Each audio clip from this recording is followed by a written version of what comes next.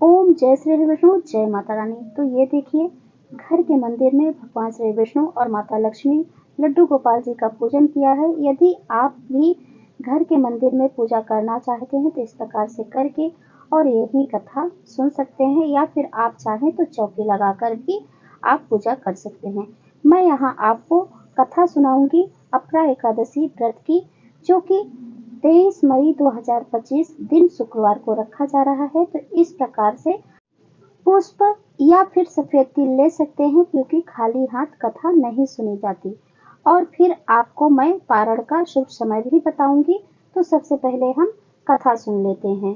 तो अपरा एकादशी की कथा इस प्रकार है। श्री युधिष्ठिर बोले कि हे भगवान, ज्येष्ठ मास के कृष्ण पक्ष की एकादशी का क्या नाम है तथा उसका महात्म्य क्या है, सो कृपा कर कहिए। श्री कृष्ण भगवान बोले कि राजन, ज्येष्ठ मास के कृष्ण पक्ष की एकादशी का नाम अपरा है, क्योंकि यह अपार धन देने वाली है। यह पुण्य को देने वाली, पापों को नष्ट करने वाली है। और इस एकादशी का व्रत जो मनुष्य करते हैं उनकी लोक में प्रसिद्धि होती है। अपरा एकादशी के व्रत के प्रभाव से ब्रह्म हत्या, भूत योनि, दूसरे की निंदा आदि के पाप नष्ट हो जाते हैं। इस व्रत से पर स्त्री के साथ भोग करने वालों के पाप नष्ट हो जाते हैं। झूठी गवाही, असत्य भाषण, झूठा वेद पढ़ना, झूठा शास्त्र बनाना, झूठा ज्योतिषी, झूठा वैद्य आदि सबके पाप अपरा एकादशी के व्रत से नष्ट हो जाते हैं।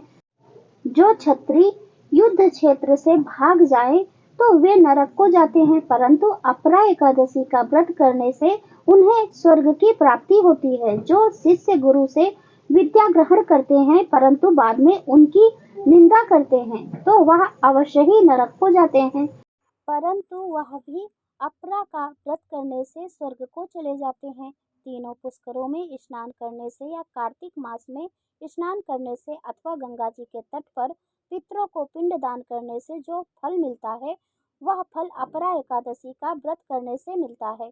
बृहस्पति के दिन सिंह राशि वालों को गोमती में स्नान करने से तथा बद्रिकाश्रम में रहने से तथा कुरुक्षेत्र में सूर्य चंद्र ग्रहण में स्नान करने से जो फल प्राप्त होता है वह फल अपरा एकादशी के व्रत के बराबर है।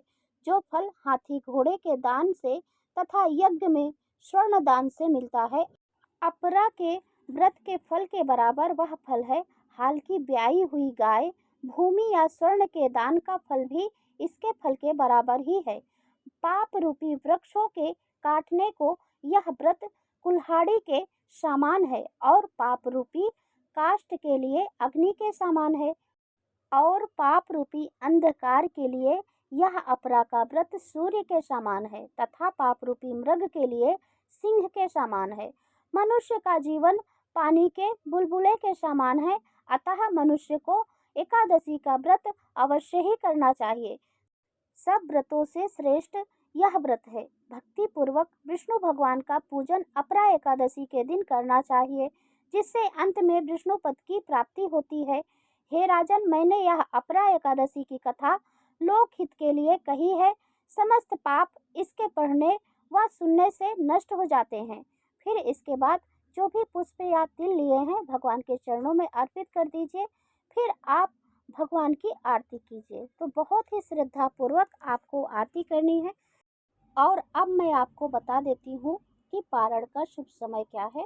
तो 24 मई को सुबह 5:56 से सुबह 8:11 तक आप अपना व्रत खोल सकते हैं, पारण कर सकते हैं। और अपने व्रत का पारण आप सात्विक भोजन से ही करें। हो सके तो चावल इस दिन जरूर खाएं पारण के वक्त।